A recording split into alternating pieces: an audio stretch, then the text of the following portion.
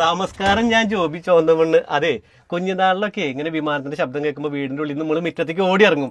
എന്തിനാ? ആ വിമാനം ഒന്ന് കാണാനുള്ള കൊതികൊണ്ട്. പിന്നെ ഞങ്ങളുടെ നാട്ടിലൊരു എയർപോർട്ട് വന്നു. അപ്പോൾ വിമാനങ്ങളൊക്കെ അടുത്ത് കാണാൻ പറ്റുന്നൊരു സംവിധാനമായി.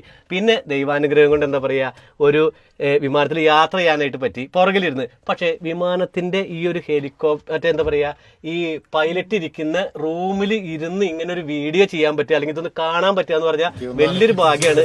ആകെ ഒരു കുഞ്ഞു മുറിയാണ് അല്ലെ ഈ ഒരു സംഭവം. അപ്പൊ ഇതിന്റെ ഉള്ളിൽ ഇരുന്നു കൊണ്ടാണ് നമ്മൾ അങ്ങനെ എന്താ പറയാ വിമാനം അങ്ങനെ നിയന്ത്രിക്കുന്നത് പറഞ്ഞാൽ ഇതിനുള്ള ഒരുപാട് സ്വിച്ചുകളുണ്ട്. ഇതെന്തൊക്കെയാന്ന് വെച്ചാൽ നമുക്കൊന്നും അറിയില്ല. അതിനൊക്കെ ഒരു പ്രത്യേക എക്സ്പീരിയൻസ് തന്നെ വേണം കേട്ടാ.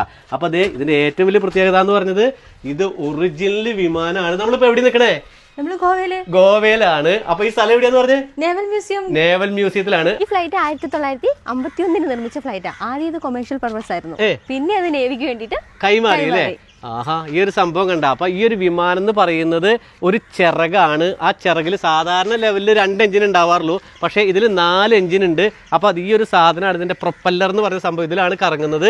അപ്പൊ അത് ഇതാണ് 2 എഞ്ചിൻ എന്ന് പറയുന്നത്. ഒക്കെ പോട്ടെ, കണ്ടാ നോക്കിയേ, നമ്മളെ ഈ വണ്ടി അല്ലെങ്കിൽ ഈ വിമാനം ഇറക്കുമ്പോൾ താങ്ങി നിർത്തുന്ന ടയർ എന്ന് പറയുന്നത് ഇതാണ് കേട്ടോ. ഈ 2 ടയറിലാണ് മക്കളെ ഈ ഒരു വിമാനം നമ്മൾ കണ്ട. മുന്നിൽ അതേപോലെ 2 ടയർ ഉണ്ട് കണ്ട. ഇവിടെ വലിയ 2 ഷോക്കപ്സ് ഉണ്ട്. അപ്പൊ ഈ നിൽക്കുന്നതിനനുസരിച്ച് ഇത് അഡ്ജസ്റ്റ് ചെയ്യുമ്പോൾ ഇത് പൊങ്ങും. അപ്പൊ ഇത്രയും സംവിധാനങ്ങളാണ് ഈ ഒരു വിമാനത്തിലുള്ളത് കേട്ടോ. നമ്മൾ നേവൽ മ്യൂസിയം ഗോവയിലാണ് കേട്ടോ.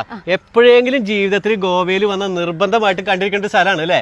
പിന്നെ പ്രത്യേകിച്ച് എനിക്കൊരു കാര്യം പറയാണ്ട്, ഇത് ആർട്ടിഫിഷ്യൽ ആയിട്ട് ഒറിജിനലാണ്. ഇവിടെ കാണുന്ന എന്താ പറയാ ഹെലികോപ്റ്ററുകള്, അതേപോലെ എന്താ പറയാ എല്ലാം ഫ്ലൈറ്റുകള്, അതേപോലെ ബോംബുകളുണ്ട്. അത് കുഞ്ഞിതും വലുതുമായി ഒരുപാട് ഹെലികോപ്റ്ററുകൾ കൂടി ഉണ്ട് അല്ലേ?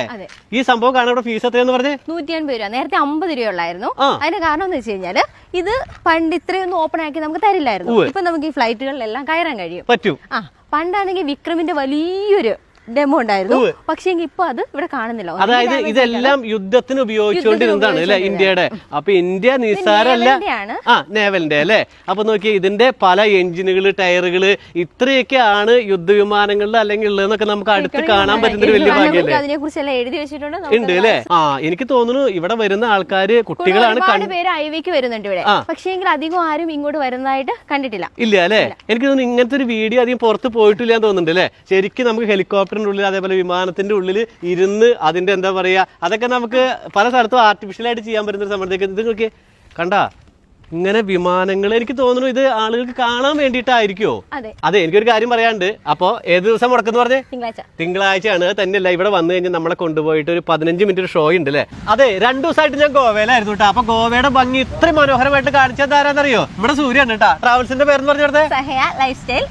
അതായത് ഒരുപാട് കാഴ്ചകളാണ് കാണാനുള്ളത്. നമ്മുടെ സർവീസും കാര്യങ്ങളും പറഞ്ഞു കൊടുത്തേ?